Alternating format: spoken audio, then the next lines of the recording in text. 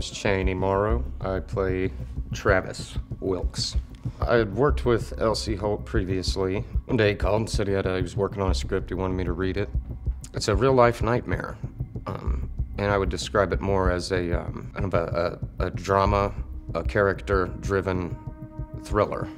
Travis is it's just an ordinary man who is kind of put in extraordinary circumstances and has to kind of decide whether or not he has the strength to survive. But the one thing he knows for certain is that he loves his girlfriend.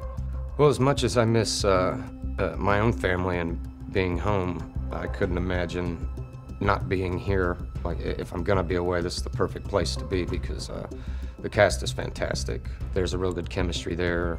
Celeste is fantastic. Very interesting performer, very headstrong performer. And Wes, he's just a cool dude, and he's also really, really good in how he can turn on, you know, his charm and go full crazy, like at the flip of a switch.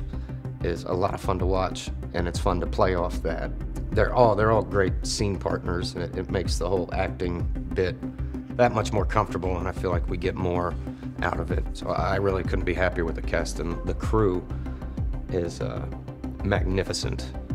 Down to the DP, Jaron Lillis, Derek, the effects guy, Jacob Pronica. He's an awesome AD and a damn good actor himself.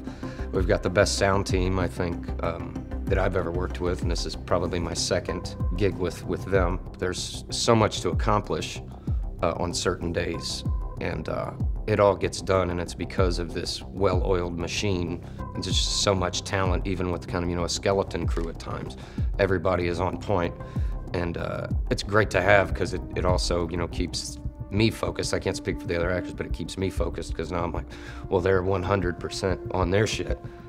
You know, I better bring it because I don't want to waste their time because they're certainly not wasting any of mine. I'd be hard-pressed to not want the same crew on every movie.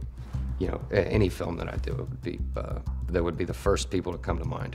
There was one scene in particular, yeah, that I was actually sweating doing the entire time, and I remember even when we got the first shooting schedule, I had to look for when it was.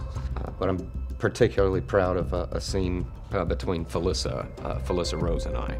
She was just fantastic. I know her fans will really love it because I'm not sure they've seen her in this light before. They say, you know, bad acting is contagious. If that's true, then so is good acting, and it only gets better.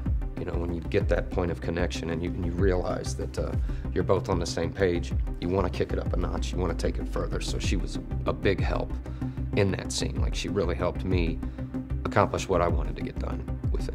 So, I mean, I watched everything, you know, it could be Coen Brothers or even Orson Welles to, you know, Killer Clowns from Outer Space, or, you know, early Friday the 13th or Elm Street. Even the 70s, the shock exploitation cinema, I always loved it because it was always the most enjoyable with a horror film. Even if it's bad, it's still pretty cool. If you watch a drama that does not land, you tend to turn against it, like almost passionately, like, oh my God, that sucked. If a comedy isn't funny, then it fails.